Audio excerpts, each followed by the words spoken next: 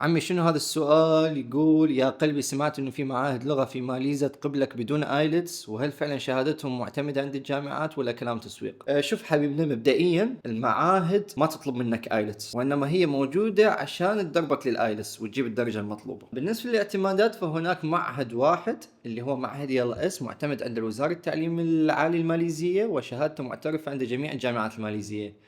فبعد إتمامك للمستوى المطلوب أو إتمامك جميع المستويات إذا كنت طالب دراسات عليا، يحق لك إنك تدرس في أي جامعة بدون مؤهل لغة.